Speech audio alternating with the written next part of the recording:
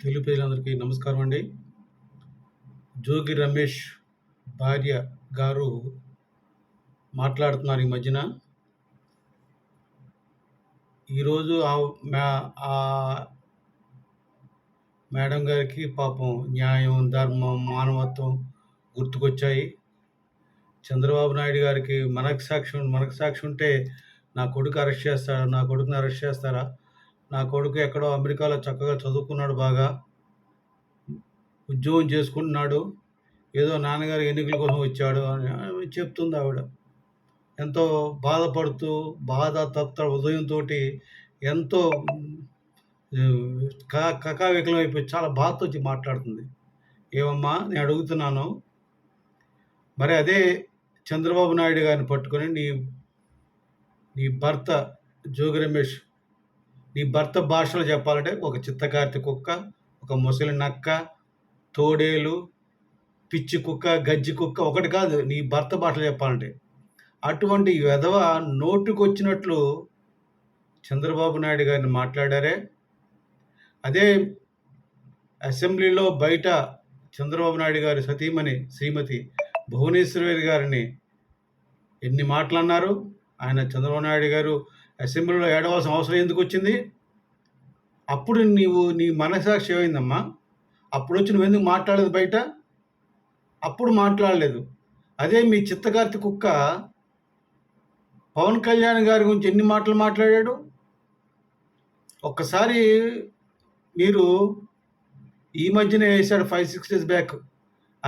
మదంతో అధికారం ఉన్నప్పుడు ఎట్లా వాగాడో నీ యొక్క చిత్తకార్తె కుక్క అవన్నీ TV9లో ఈ మధ్యనే 5 డేస్ 6 డేస్ క్రితం వేశారు. ఒకసారి వినండి. అధికారం ఉన్నప్పుడు ఎట్లా మాట్లాడాడు, ఎంత అహంకారంతో ఉన్నాడు, పొగరబట్టి మదమెక్కిన ఒక బాగా పిచ్చెక్కిన పిచ్చి కుక్కలాగా రోడ్డు మీద తిరిగాడు, అరిచాడు అట్లా. అటువంటి వెధవ తప్పు చేయలేదంటారా? నీ కొడుకు శుద్ధపూస మంచోడు అంటున్నావు, బాగుంది. మరి అగ్రిగోల్డ్ భూములు మీ అబ్బాయి పేరు మీద, మీ యొక్క చిన్నమామ గారి పేరు మీద ఎలా వచ్చినాయి? ఎందుకు వచ్చినాయి?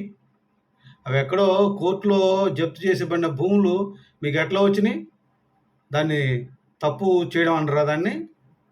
అమెరికాలో చదువుకున్నవాడికి, అమెరికాలో ఉద్యోగం చేసేవాడికి ఎన్నికలకు రావాలి, ఎన్నికల్లో పాల్గొవాలి, నాన్నగారు ప్రజాని వెళ్ళిపోవాలి.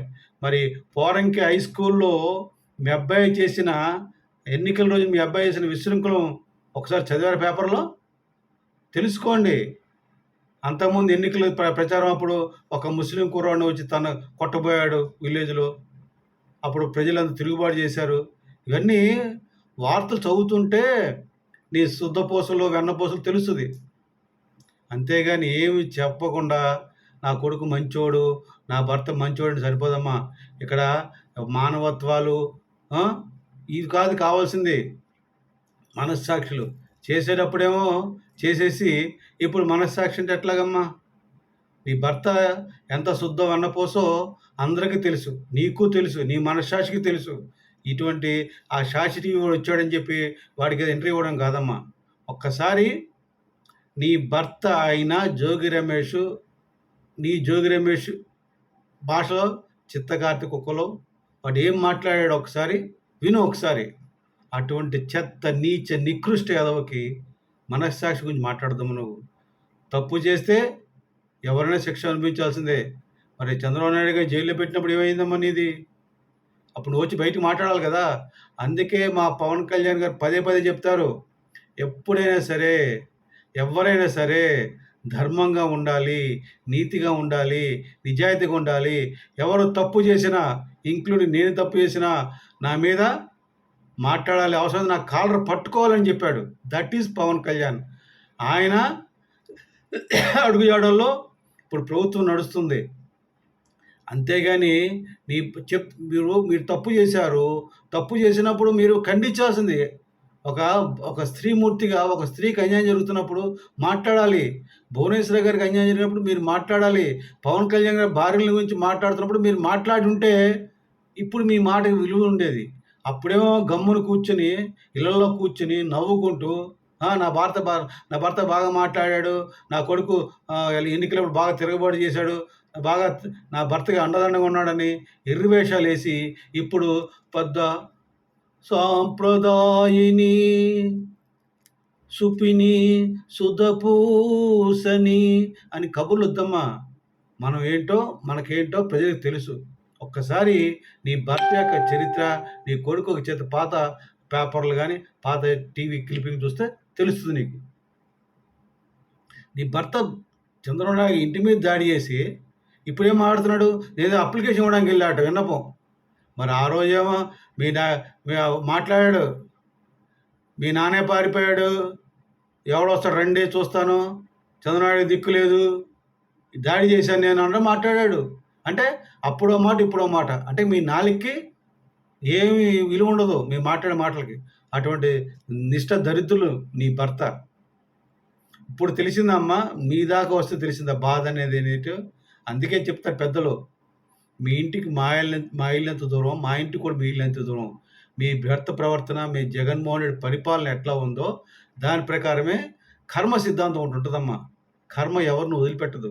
ఆ కర్మ సిద్ధాంతం ప్రకారం అప్పుడు అధికార మదంతోటి జగన్మోహన్ రెడ్డి యొక్క ఆ పిచ్చుకొక కరిచింది కనుక నీ భర్తని, ఆ ప్రకారంగా నడిచి అసహ్యంగా సభ్య సమాజం సిగ్గుతో తల వంచుకున్నట్టు మాట్లాడాడు గనక ఆ కర్మ సిద్ధాంతం తిరిగి కొడుతుందమ్మా అది. ఎందుకంటే తప్పు చేస్తే తప్పు శిక్ష అనుభవించాల్సిందే.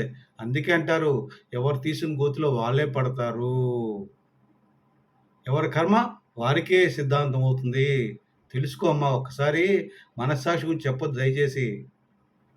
పెద్ద పెద్ద మాటలు మీకు ఒప్పవు. ఎందుకంటే మీరు దుర్మార్గం చేసిన మనుషులు మీరు. అంటే మీరు చేసి ఉండకపోవచ్చు. నీ భర్త, నీ కొడుకు చేశారు. నీ భర్త అయితే చాలా చేశాడు. ఎందుకంటే మైలవరంలో ఇప్పటికి చెప్తున్నారు నీ భర్త చేసిన దుర్మార్గపు పనులు. పెడన్లో ఎన్ని చేశాడు నీ నీ భర్త? ఎంత నీచంగా మాట్లాడాడు.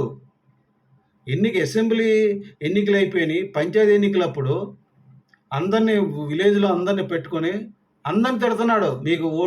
మీరు ఓటు జనసేనకి పార్టీకి ఓటేస్తే మీకు కాపు నేస్తం రాదు. మీకు రేషన్ కార్డులు రావు. అమ్మఒడి రాదు. అయ్యఒడి రాదు. బిచ్చగాడు రాడు. ఇయన్నీ పనికిమాలిన భయపెట్టడమా? అదా ప్రజా పరిపాలన అంటే? భయపడి పరిపాలన చేస్తారా మీరు? అందుకే ప్రజలెత్తి అవతల పడేశారు. మీలాంటి నీ భర్తలాంటి నీచులందరిని నేను. ఇంకొకసారమ్మా మనస్సాక్షి అని అనకుండా తప్పు తెలుసుకొని నీ మనస్సాక్షి ప్రకారం నా భర్త తప్పు చేశాడు, నా కొడుకు తప్పు చేశాడు, మొక్కుకో. వెంకటేశ్వర స్వామికి మొక్కుకో.